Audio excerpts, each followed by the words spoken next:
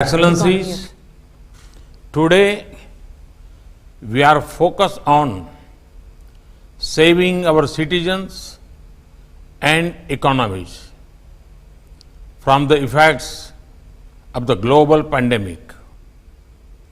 Equally important is to keep our focus on fighting climate change.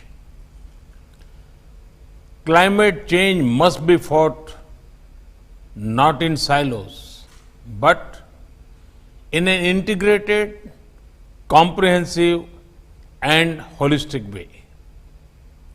Inspired by our traditional ethos of living in harmony with the environment and the commitment of my government, India has adopted low carbon and climate resilient development practices.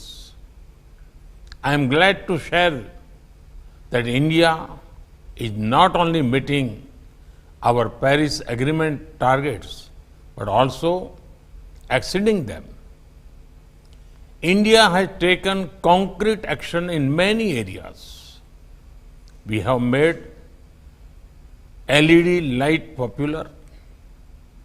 This saves 38 million tons of carbon dioxide emission per year.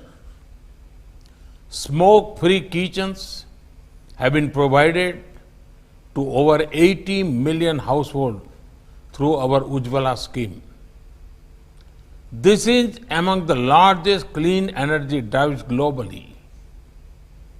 There are efforts to eliminate single-use plastics. Our forest cover is expanding. The lion and tiger population is increasing. We aim to restore 26 million hectares of degraded land by 2030. And we are encouraging a circular economy. India is making next generation infrastructure such as metro networks, waterways, and more. In addition to convenience and efficiency, they will also contribute to a cleaner environment.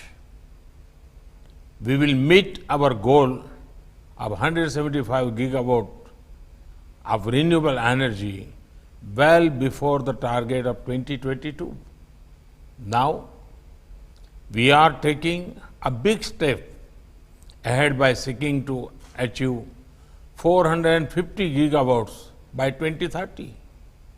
Your Majesty, Excellencies, the International Solar Alliance is among the fastest growing international organizations with 88 signatories. With plan to mobilize billions of dollars, train thousands of stakeholders, and promote research and development in renewable energy, the ISA will contribute to reducing carbon footprint. One more example is the Coalition for Disaster Resilience Infrastructure.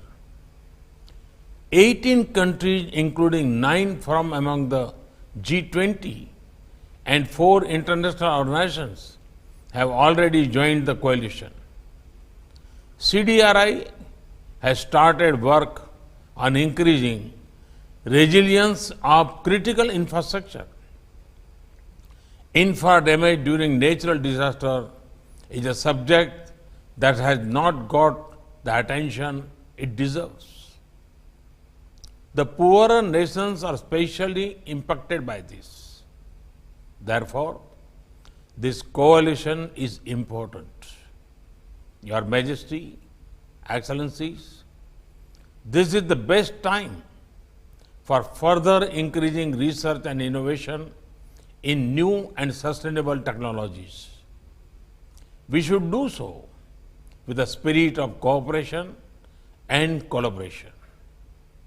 The entire world can progress faster if there is a greater support of technology and finance to the developing world. Your Majesty, Excellencies, for humanity to prosper, every single individual must prosper. Rather than seeing labor as a factor of production alone, the focus must be on the human dignity of every worker. Such an approach would be the best guarantee for safeguarding our planet. Thank you. Thank you very much.